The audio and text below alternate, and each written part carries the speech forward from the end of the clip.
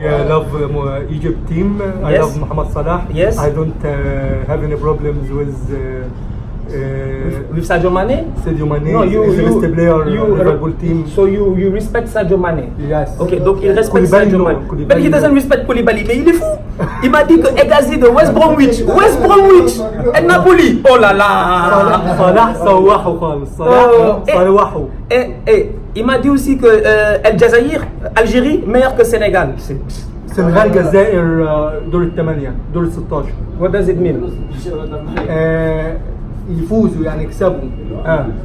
الجزائر والسنغال هم اللي يصعدوا للمرحلة اللي بعديها. En tout cas, تنزانيا هتروح. Il m'a dit la Tanzanie c'est pas la peine, mais l'Algérie fait Kenya, attention. no. Kenya aussi, les gars ils ne respectent pas. Je te dis c'est très chaud, les Égyptiens ils s'amusent pas. Mon gars est là. We love Egypt. Yeah. We hope the Egypt player team in Africa. And we hope for a final. Sénégal-Égypte, Salah Mané. Inch'Allah. Inch'Allah. Bon la famille, on peut être sérieux que le mec là tout à l'heure, il était pas sérieux quand même, franchement. Il est venu me dire, non mais moi j'ai failli devenir fou ici avec les Égyptiens là, ils vont, non mais les Égyptiens là vont me rendre fou. Ils vont me rendre fou dans ce pays là. Le mec est venu me dire que Egazi de West Brom est meilleur que Kalidou Koulibaly. Mais j'ai failli devenir fou, mais j'ai quitté la place. Je me suis dit, je reste pas là-bas. Comment tu peux sortir des bêtises comme ça, mec? J'ai dit West Bromwich, Napoli, quand même. J'ai dit, notre défenseur, il vaut 100 millions, mec. J'ai dit, les Égyptiens, là, ils sont trop confiants en ce moment. C'est un truc de ouf. Donc là, du coup, j'ai quitté la place. Je me suis dit, moi, je me barre. Bon, la famille, on m'a dit, Stan, tu vas où? J'ai dit, je vais au Caire. Franchement, I don't care. Take care. Je suis là. Ce que je ne savais pas, c'est que je serais dans la galère et que je serais vénère. Vénère contre qui? Vénère contre la Confédération africaine de football, la CAF. Parce qu'à un moment donné, je ne comprends pas. La CAF, ils ne nous respectent pas. Franchement. Non, mais franchement.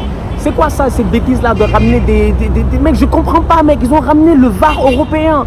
Mais dans quel monde est-ce qu'on vit?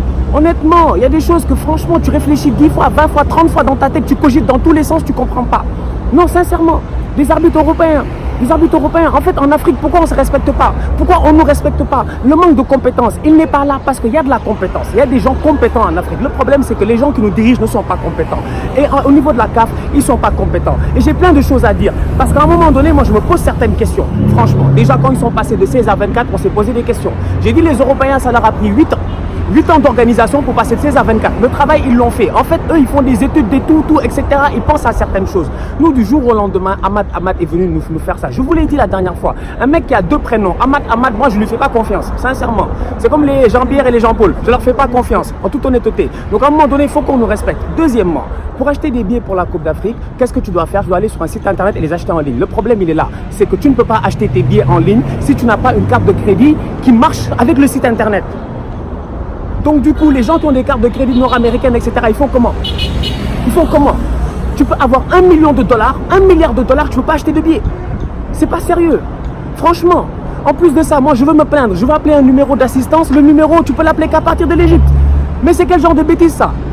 C'est quel genre de connerie, ça? À un moment donné, moi, il y a des choses, je veux qu'on m'explique. C'est comme si un Américain, il va au Sénégal, il va appeler le 911. Il appelle le 911 à partir du Sénégal. Mais il est fou, lui. Ça marche pas, le 911. Il marche qu'en Amérique du Nord.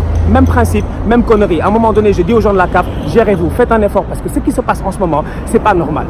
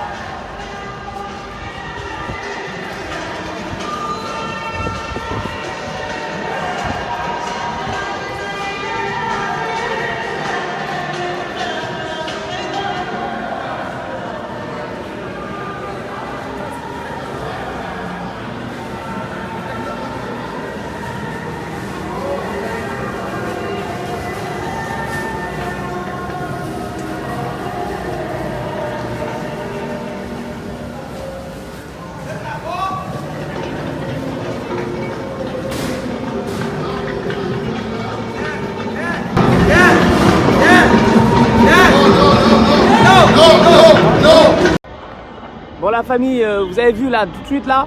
Bon, on est rentré dans le stade, les gars, ils m'ont viré. Bon, j'ai essayé de faire un truc en soum-soum, un bail de bandit, tu vois. Je suis rentré vite fait, le gars m'a dit no photo tomorrow, blablabla, etc. Regarde-moi ça, franchement. On est là à faire de bandits à l'intérieur du stade international du Caire. Voilà. Comme vous avez vu les images là, j'étais tout de suite à l'intérieur, je me suis fait virer.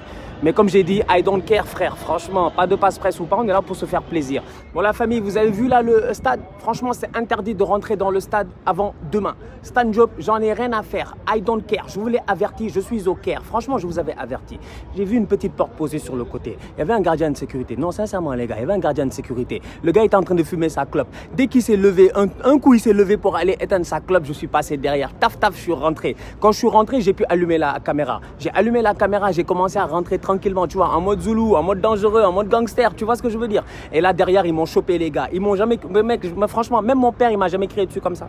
Ma mère, elle m'a jamais crié dessus comme ça, mec. On m'a crié dessus, j'ai eu peur, j'ai failli tout faire tomber, j'ai failli casser le matériel. Soyons très sérieux. Demain, tu as le match d'ouverture, Égypte-Zimbabwe. Tous ces efforts-là, je l'ai toujours dit, je le fais pour mes outsiders et ça me fait plaisir, franchement. On n'a pas de passe-presse, mais on n'en a rien à faire. On est là, on se fait plaisir. Honnêtement, on rentre dans des endroits où les gens n'ont même pas le droit de rentrer. Demain, Égypte-Zimbabwe, soyez prêts. Pourquoi? Parce que l'Égypte, franchement, quand je parle au peuple égyptien, je sens que les mecs, ils aiment le foot. Ils aiment le foot. Il y a un gars là tout à l'heure. Mais un fou là tout à l'heure, il est venu me dire que Hegazy est meilleur que Koulibaly. J'ai dit, toi, c'est quel genre de drogue tu fumes?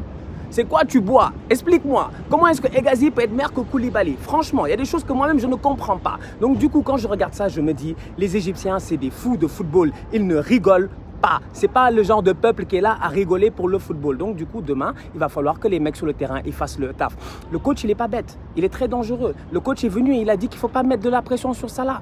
Tout ne doit pas être sur Salah. Il faut penser aux autres. Trezeguet doit se gérer. El Nini, toute la saison à Arsenal, il n'a rien foutu. Il doit se gérer. Du coup, cette équipe égyptienne-là qui a 2-3 grandes stars, mais derrière avec beaucoup de joueurs locaux et des joueurs locaux qui sont fatigués. Pourquoi? Parce que le championnat égyptien a été retardé cette année à cause des travaux de la CAN. La preuve, il n'est même pas fini. Ils vont le finir au mois de juillet. Ça montre à quel point aujourd'hui, la CAF, encore une fois, parce que je reviens sur la CAF, tous nos problèmes c'est la CAF, leur manière à laquelle ils ont géré cette Coupe d'Afrique à 24 là, elle n'était pas bien, c'était pas du tout sérieux.